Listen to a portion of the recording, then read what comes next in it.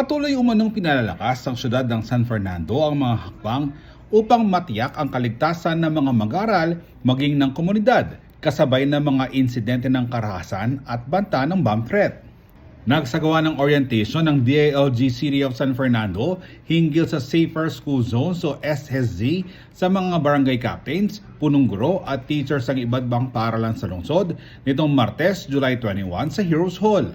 Pinangunahan ni Alan Don Malonzo, CSFP Local Government Operations Officer, ang pagtitipon na may layuning tiyakin ang safety sa mga paaralan at kapakanan ng mga estudyante. Ito po ay isang programa o inisyatibo ng national government sa pangunguna po ng Department of the Interior and Local Government or DILG na pinapalakas po yung ugnayan ng barangay at ng mga schools po natin. So ito po ay umbrella program po ng Safer Cities Initiative ng DILG, and dahil po sa mga recent incidents po sa mga schools all over the country, nagkaroon po ng panibagong sub-program yung Safer Cities Initiative, yung Safer School Zone o yung SSZ.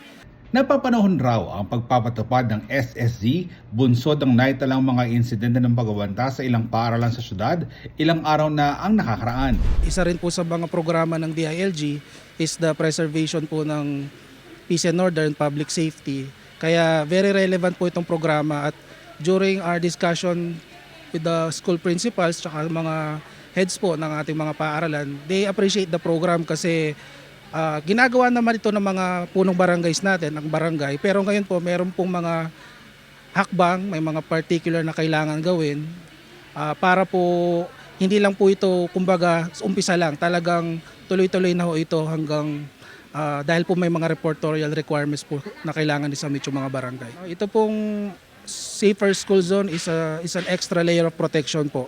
Nagbibigay po ng kapanatagan sa ating mga estudyante, mga educators, mga magulang most especially, at ating mga community, dahil nga po iba po kapag po may mga nagbabantay, iba po kapag may tumutulong po na whole of government approach, and even po other entity po na pare pong ma-secure, no, yung ating pong mga kabataan sa mga paaralan po.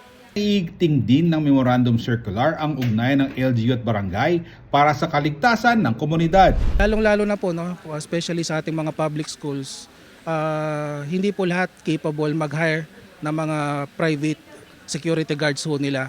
At syempre, dependent din ho sila sa mga augmentation katulad po ng kapulisan, ng CPOSCO, yung CDRR, and particularly syempre yung first line of defense po, yung ating mga barangays, lalo po yung mga barangay tanods po natin. So again po, ito pong Safer School Zone, isa po itong inisyatibo na mas pinalakas po yung ugnayan ng barangays at saka ng paaralan, at ini-ensure po na daily lagi pong may mga barangay tanod within the vicinity po ng eskwelahan.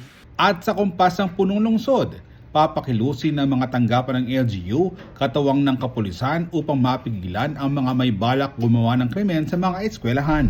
Through the Office of the City Mayor at saka yung mga LGU offices katulad po ng CDRMO, City Disaster Risk Reduction Management Office, at saka yung CPOSCO, yung City Public Order and Safety Coordination Office. Bukod po sa mga barangay tanod, katuwang din po natin yung Philippine National Police or yung kapulisan, including yung mga CPOSCO, yung mga kasamahan natin from the city para i-augment, kasi kapag po may mga masasamang loob na may balak sa labas po ng eskwelahan, makikita po lang po yung visibility ng ating mga tanod, mga kapulisan, mga kasamaan from the city, magdadalawang isip po sila or malelesen, ma-avoid po yung mga untoward incidents. Nangakuan niya si Mayor Vilma Balyacaluwag ng full support sa Safer School Zones para matiyak ang kaligtasan ng bawat mag-aaral na Fernandino. Nagpapasalamat po kami sa pamunuan po ng City Government of San Fernando sa pangunguna po ni Mayor Vilma Balyacaluwag, dahil sinusuportahan po nila talaga yung ganitong initiative, dahil po sa mga advokasya niya is yung peace and order nga, at nabanggit po nga niya sa meeting na nakaraan na magpo-procure po ang city government ng mga metal detectors na magagamit po ng ating mga public schools po natin. Tuloy-tuloy na rin ang cascading ng mga guidelines sa mga barangay at paaralan para sa wastong implementasyon para sa ikatatagumpay ng hangarin ng Safer School Zones. May mga series of talks and seminars po. Nauna na po tayo sa ating mga punong barangay and school heads. And this time, dahil nga ho may reportorial or periodic requirements po na kailangan isubmit na every term or every school term, kasi 3 terms po yan, every school year, may kailangan pong isubmit yung ating mga barangays. Patunay lamang po na hindi lang po ito ningas kugon, minomonitor ho ng DILG as oversight function sa mga LGUs and barangays na talagang may nagjo-duty po everyday sa ating pong mga paaralan.